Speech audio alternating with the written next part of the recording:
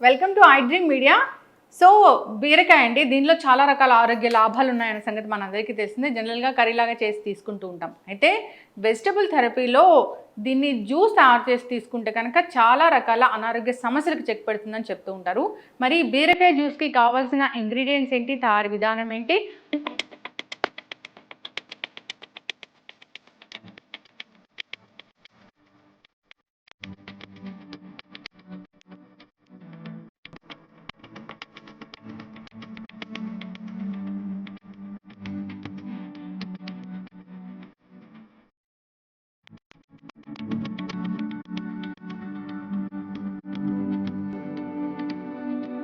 So ఎప్పుడు తీసుకోవాల్సి ఉంటుంది, ఎటువంటి అనారోగ్య సమస్యలకు చెక్ పెడుతుంది, వివరాలు తెలుసుకుందాం. ఈరోజు మనతో పాటు ఉన్నారు ప్రముఖ vegetable therapist and sun spiritual society founder Vikramaditya Guruji గారు. గురూజీ నమస్తే అండి. సూర్యోస్మితలి గురువు గారు, సో వెజిటబుల్ థెరపీలో చాలా రకాల వెజిటబుల్స్ గురించి చెప్తూ ఉంటారు. అయితే వాటిని జ్యూస్ తయారు చేసి తీసుకుంటే కనుక కొన్ని రకాల అనారోగ్య సమస్యలకి ఇట్టే చెక్ పెట్టవచ్చని, అంతేకాదు పోషకాలు కూడా డైరెక్ట్గా అందుతాయని. సో ఈ బీరకాయ గురించి చాలా చెప్తారు, షుగర్ తగ్గిస్తుంది ఇది అని. సో బీరకాయ జ్యూస్ తయారీకి కావాల్సిన పదార్థాలు ఏంటి, దీన్ని ఎవరు తీసుకోవాలి, ఏ టైంలో తీసుకోవాలి, ఎటువంటి అనారోగ్య సమస్యలకు చెక్ పెడుతుంది ఇది? దౌర్భాగ్యం ఏంటంటే రోగం వచ్చిన తర్వాత పదార్థాల గురించి ఆలోచించడం మొదలుపెట్టాం. అవును. అంటే ఇవేమీ లేని టైంలో, అంటే ఇప్పుడు ఇది బీరకాయ, దీనికి ఉన్నటువంటి లక్షణాలు ఎవరు గమనించారు? మన పూర్వీకులు ఎవరో జనరేషన్ మొదలై చాలా రకాల వెజిటేబుల్స్ ఉన్న కొన్ని సందర్భాల్లో ఇవే తినాలి అని మనకి వాడుకలో పెట్టేసి వాళ్ళు చెప్పడం జరిగింది. ఇప్పుడు మీరు చూడండి, సహజంగా ఏదన్నా ట్రీట్మెంట్కి వెళ్ళొచ్చాం, సర్జరీ అయింది, ఇంటికి వచ్చిన తర్వాత పెట్టే వాటిలో ఫస్ట్ ప్రధానంగా ఉండే వాటిలో బీరకాయ వేపుడు, దొండకాయ వేపుడు, బెండకాయ, అంటే గానుగు నూనెతో లైట్గా తాలింపు పెట్టి వేపినటువంటి ఇవే వాడతాం. అంటే తేలికగా జీర్ణం అవ్వడంతో పాటు మనకి మన శరీరంలో ఉన్నటువంటి హీలింగ్ కెపాసిటీని, రోగ నిరోధక వ్యవస్థను మెరుగుపరుచుకోవటానికి, రోగ నిరోధక వ్యవస్థను అధిగమించి మందులా పనిచేది ఇది. మన శరీరంలో ఏదైతే ఇమ్యూనిటీ సిస్టమ్ ఉందో వాటిని ఇంప్రూవ్ చేస్తాయి. మనం ఏది కూడా బయట నుంచి ఆర్టిఫిషియల్గా లేకపోతే సప్లిమెంట్స్గా ఏది ఇవ్వం. దాని ఏది కూడా బాడీ యాక్సెప్ట్ చేయదు, ఒప్పుకోదు అసలు. కెమికల్ రూపంలో మనం ఇచ్చేవన్నీ యాంటీబయాటిక్స్. ఇందులో అద్భుతమైనటువంటి యాంటీబయాటిక్, వ్యాధి నిరోధక ఇమ్యూనిటీ సిస్టమ్ ఉంది. ఇది మనకి కెటబాలిజాన్ని ఇంప్రూవ్ చేస్తుంది. మన శరీరం 5 తత్వాల మీద ఆధారపడి ఉందని శాస్త్రం చెప్తుంది. అవేంటి?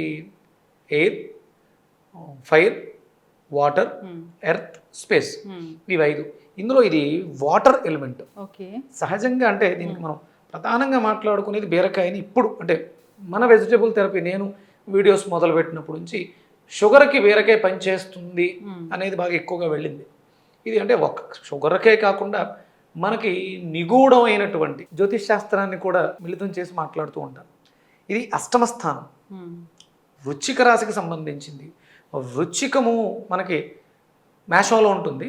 కుజుడుతో అంటే 2 రాశులకి కుజుడు అధిపతి. ఒకటి మేషానికి, 2 వృశ్చికానికి.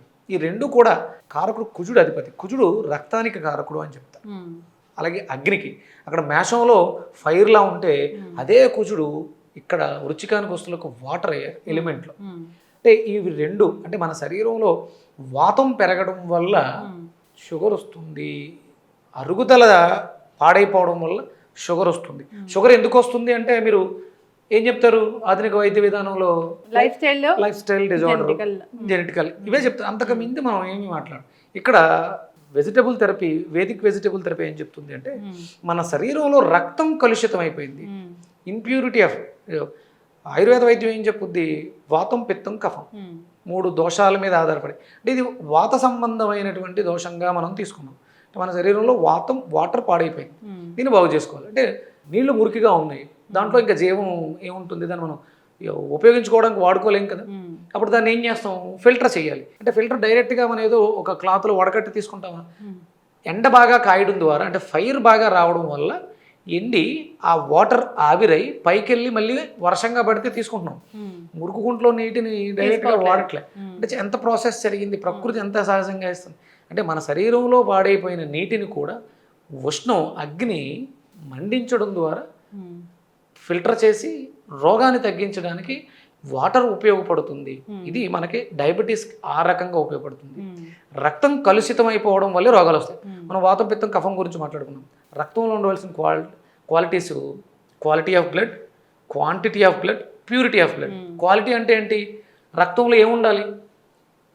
విటమిన్స్, మినరల్స్, పోషకాలన్నీ ఉండాలి. ఇంకా క్వాంటిటీ, నేను చేస్తున్న పనికి నా వయసుకి నాకు రక్తం ఎంత ఉండాలి అనేది క్వాంటిటీ. ఇక ప్యూరిటీ అంటే టాక్సిన్స్, మనం తీసుకుంటున్నటువంటి వ్యర్థ పదార్థాలు దాంట్లో ఏమున్నాయి, ఇవి మూడిట్ల మీద ఆధారపడి ఉంటుంది. ఆ మూడిట్ల నుంచి రక్షించడానికి, మూడిట్లని బ్యాలెన్స్ చేయడానికి మనకి బీరకాయ దోహదకారి అని చెప్పడం జరిగింది. అయితే జ్యూస్ తయారు చేసి తీసుకుంటే ఈ పోషక విలువలన్నీ చాలా అందుతాయి, అనారోగ్య సమస్యలు ఈజీగా తగ్గుతాయి. అంటే మనం ఈ ప్రాసెస్కి వెళ్ళినప్పుడు బీరకాయని తొక్కతో సహా తీసుకోవాలి. దీంతో పాటు అనుసంధానంగా, అంటే ఒక బీరకాయ కూడా పనిచేసేస్తుంది, కానీ దాంట్లో కొంచెం అనుసంధానంగా కొన్ని ఇంకో ఇంగ్రీడియంట్స్ యాడ్ అవ్వడం ద్వారా ఇంకొంచెం అద్భుతంగా పనిచేస్తుంది. ఎందుకంటే ఇప్పుడు ఈ పెస్టిసైడ్స్ వేయడం వల్ల సహజంగా ఉండాల్సిన పోషకాలు తగ్గిపోయినాయి. ఇప్పుడు ఈ దీంట్లోంచి ఒక స్మెల్ వస్తుంది మనకి. పూర్వం ఇంకా ఎక్కువ ఘాటుగా వచ్చాయి. అంటే ఏ కాయగూర అయినా సరే పురుగు పుట్ర వాటి దగ్గరికి రాకుండా ఉండడం కోసం అలా హార్డ్ స్మెల్ చాలా, ఈ బీరకాయలు ఇది 10 ఉండేది.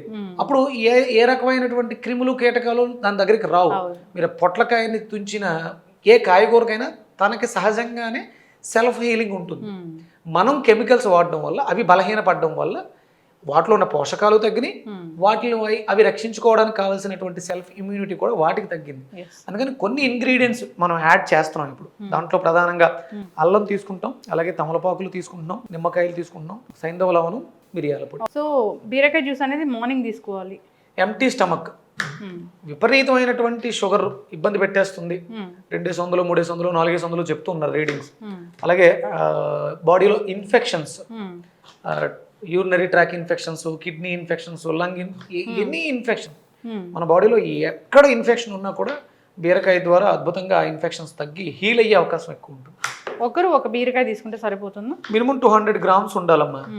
అంటే ఇప్పుడు ఉన్నవన్నీ కూడా బీరకాయలు పొడుగ్గా ఉంటున్నాయి తప్ప బరువుగా ఉండట్లేదు. ఇంకా వాటిలో వాటర్ ఉండాలి, పీచు ఎక్కువ ఉంటుంది, వాటర్ కూడా బాగుంటుంది బీరకాయలు. ఇప్పుడు అది తేలిగ్గా ఉంది అంటే మినిమం ఒక 200 grams క్వాంటిటీ ఉండాలి. రోజుకి 3 సార్లు తీసుకోవాలి. ఎవరైనా ఆర్డర్లో లేకుండా ఇబ్బంది పడుతూ మరీ ఎక్కువగా ఇన్ఫెక్షన్స్ అయి ఉంటే, పుండ్లు మానట్లేదు అనుకునే వాళ్ళు రోజుకి మినిమం 1/2 కిలో బీరకాయ తీసుకోవాలి. ఈ సందర్భంగా నేను చెప్తున్నాను, రైతులకి చేతులు జోడించి సేంద్రియ వ్యవసాయానికి వెళ్ళండి. మీరే భవిష్యత్తులో వైద్యులు. మీరు పండించే పంటలే మనందరికీ కూడా ఆరోగ్యానికి ఉపయోగపడతాయి.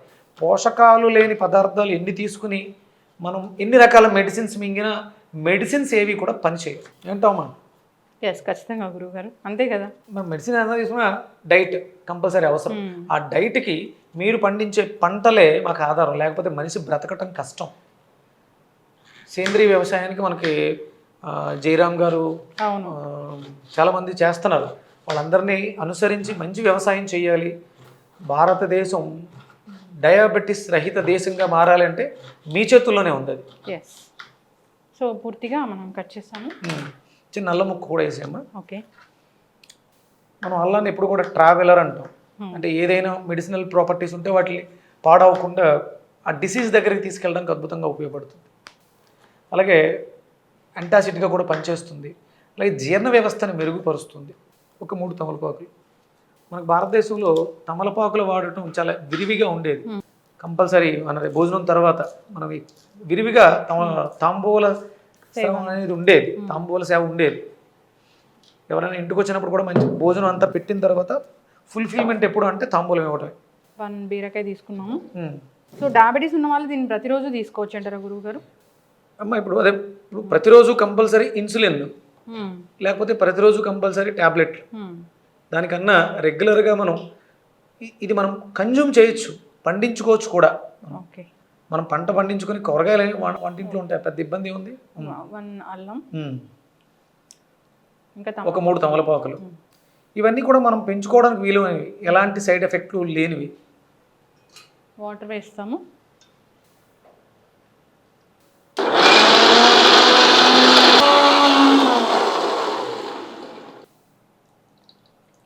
చాలామంది చెప్తూ ఉంటారు అంటే జ్యూసెస్ తీసుకోకూడదు, అవి తినడం వల్లే ప్రయోజనాలు ఎక్కువ ఉంటాయి. ఇప్పుడు మనం అనారోగ్య సమస్యతో డిజార్డర్తో బాధపడుతున్నాం, లోపల డైజెషన్ సిస్టమ్ అనేది యాక్టివ్గా లేదు. అందులోంచి కోలుకోవడానికి మనం జ్యూస్ ఫామ్లో తీసుకోవడం ద్వారా దాంట్లో ఉన్నటువంటి పోషకాలని పొందగలుగుతాం. పోషకాలు వచ్చి బలం వచ్చిన తర్వాత ఆటోమేటిక్గా మన పనులు మనం చేసుకోగలుగుతాం. వెజిటబుల్ థెరపీ అనే దానికి ప్రామాణికత ఉంది. ఇవేవి కూడా ఔషధాలు కాదు. ఔషధాలు శరీరం తయారు చేసుకోవడానికి కావలసినటువంటి పోషక విలువలు కలిగినటువంటి పదార్థం, ఫుడ్.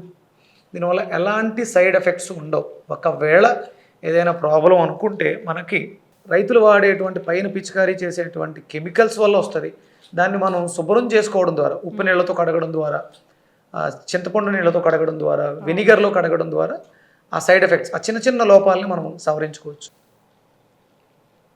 ప్రధానంగా మన శరీరంలో రక్తం అనేది చెడిపోతేనే షుగర్ వస్తుంది. ప్యాంక్రియాస్ అనేది పని చేయట్లేదు సరిగ్గా, తన వ్యవస్థని తను వర్క్ చేయట్లేదు. సైంధవ లవణం, మిరియాల పొడి.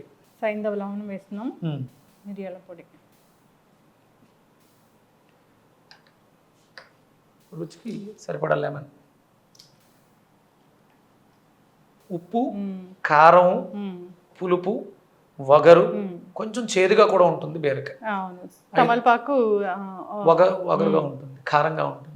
అంటే రుచులు ప్రధానంగానే మన వైద్య విధానం అంతా కూడా ఆయుర్వేద వైద్య విధానం మన భౌతిక శరీరం మీద ఆధారపడి, అది తీసుకునే రుచుల మీద ఆధారపడే ఉంటుంది. ఎవరైతే డయాబెటీస్తో బాధపడుతున్నారో ఇలా జ్యూస్ ప్రిపేర్ చేసుకుని సిప్ చేస్తూ చప్పరిస్తూ ఎంజాయ్ చేయాలి.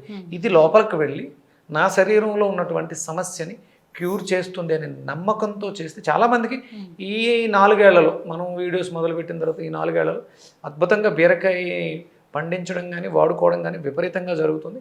మరింత శ్రద్ధగా చేస్తూ జీవన విధానాన్ని మార్చుకోవడం ద్వారా మనం తినడానికి బ్రతకటానికి మాత్రమే తినాలి. ఇప్పుడు అందరం కూడా ఏంటంటే నైట్ లైఫ్ అలవాటు పడిపోయి తినకూడని సమయంలో తినకూడని పదార్థాన్ని, ఇప్పుడు బిర్యానీ, మాంసం తినడం తప్పు, అది తినకూడని సమయంలో తింటే ఇంకా పెద్ద తప్పు. దానివల్లే చాలా అనారోగ్య సమస్యలు ఇబ్బంది పెట్టేస్తున్నాయి. అది బ్రతకటానికి అంటే మనం చేసుకునే పనులు దేనికోసం, డబ్బు సంపాదిస్తున్నట్టే తినడం కోసం. తినడం ఒక్కటే కాదు, సుఖము సంతోషం కోసం వెంపర్లాడి ఆనందాన్ని కోల్పోతాం. సుఖం వేరు, సంతోషం వేరు, ఆనందం వేరు. సుఖము సంతోషం కోసం వెళ్ళి ఆనందాన్ని కోల్పోయి విపరీతమైనటువంటి దుఃఖంలో మునిగిపోతాం. 4 హెల్త్ బెనిఫిట్స్ ఈ బీరకాయ జ్యూస్ వల్ల అంటే ఏం చెప్తారు? ఇది బాడీలో ఉండేటువంటి ఇన్ఫెక్షన్స్, అన్ని రకాల ఇన్ఫెక్షన్స్కి అద్భుతమైనటువంటి ఔషధం. అలాగే ఇప్పుడు మహమ్మారిలా వ్యాప్తి చెందుతున్నటువంటి డయాబెటీస్కి అద్భుతమైనటువంటి వైద్య విధానం. అలాగే ఇది రక్తాన్ని శుభ్రం చేయడం ద్వారా రక్తంలో ఉన్నటువంటి క్వాలిటీస్ అన్నీ కూడా, మీకు పోషకాలు తక్కువ ఉన్నాయి, విటమిన్స్ డెఫిషియన్సీ ఉంది అంటే లోపల ఆ స్టోరేజ్ లేకపోతే మీరు ఎంత బయట నుంచి తీసుకున్న అది తీసుకోవద్దు కదా. ఇది మనకి లింఫాటిక్ సిస్టమ్ మీద అద్భుతంగా పనిచేస్తుంది. మీకు గడ్డలు వస్తాయి, కొవ్వు గడ్డలు, లింఫ్ నోడ్స్ అంటారు, వాటికి కూడా ఇది అద్భుతమైనటువంటి పరిష్కారం చెప్తుంది. రెగ్యులర్గా అంటే సమస్యతో బాధపడుతున్న వాళ్ళు దీనిని కొంచెం ఎక్కువ రోజులు వాడాల్సి ఉంటుంది. ఇవాళ ఏదో వాడేస్తే ఇంగ్లీష్ మెడిసిన్లో వేసేసుకుంటే, ఆధునిక వైద్యంలో వచ్చినటువంటి వాళ్ళు ఒక గంటలో నొప్పి తగ్గిపోవడం అన్నట్టు ఉండదు. ఇది లోపలికి వెళ్ళి మూలం నుంచి క్యూర్ చేసుకురావడానికి మనకి 3 నుంచి 6 నెలలు పడుతుంది. సంవత్సరం లోపు దీని ప్రభావాన్ని ఇది అద్భుతంగా చూపిస్తుంది. ఖచ్చితంగా గురుగారు చాలా చక్కగా చెప్పారండి. బీరకాయ జ్యూస్ దాన్ని తొక్కుతో సహా మనం జ్యూస్ చేయాల్సి ఉంటుంది. డయాబెటీస్ ఉన్న వాళ్ళకి బాగా పనిచేస్తుంది. అంతేకాదు బ్లడ్ని ప్యూరిఫై చేయడానికి, వూండ్ హీలింగ్కి బాగా పనిచేస్తుంది. ఇక మీరు చెప్పినట్లు కొవ్వు గడ్డలు అనేది దానికి అసలు మందులు లేవని చెప్తూ ఉంటారు, అలాంటి వాటికి కూడా ఇది బాగా పనిచేస్తుందని చెప్తున్నారు గురుగారు. సో ఖచ్చితంగా అందరూ తీసుకుని అలవాటు చేసుకోవాలని కోరుకుందామండి. ఈ చాలా వెజిటబుల్స్ ఉంటాయి, వాటితో డిఫరెంట్ జ్యూసెస్ ఉంటాయి. సో వాటిని ఆల్టర్నేటివ్ డేస్లో కనుక తీసుకుంటే ఇంకా ఆరోగ్య ప్రయోజనాలు అనేవి చాలా మెయింటెనెన్స్ కోసం అయితే రోజుకు ఒక రకం జ్యూస్ చేసుకోవచ్చు. అలాగే మనకి 12 నెలలకి 12 రకాల జ్యూసెస్ మనం చెప్తాం. అంటే ఒక నెల ఇది బీరకాయ, మనకి బీరకాయ అంతా కూడా కార్తీక మాసం అంతా కూడా బీరకాయని విలువగా వాడుకుంటే ఆ మాసానికి రావాల్సిన బెనిఫిట్స్ అంటే మనం అక్కడ కార్తీక మాసంలో విపరీతమైనటువంటి చలి ఉంటుంది, ఇక్కడ రక్తాన్ని వేడెక్కించడం ద్వారా మన శరీరాన్ని బ్యాలెన్స్ చేస్తూ ఈ బీరకాయ, ఇది ఉండేది ఎలిమెంట్ వాటర్ ఎలిమెంట్, మన శరీరంలో ఉండేటువంటి వాత సంబంధమైనటువంటి దోషాలకి బయట టెంపరేచర్ కూడా చల్లగా ఉంటుంది, ఇక్కడ అది ఆపోజిట్గా పనిచేసి మన శరీరాన్ని రక్షిస్తూ ఉంటుంది. ఖచ్చితంగా గురుగారు చాలా చక్కటి ఇన్ఫర్మేషన్ అండి, ధన్యవాదాలు. సూర్యసుందర్.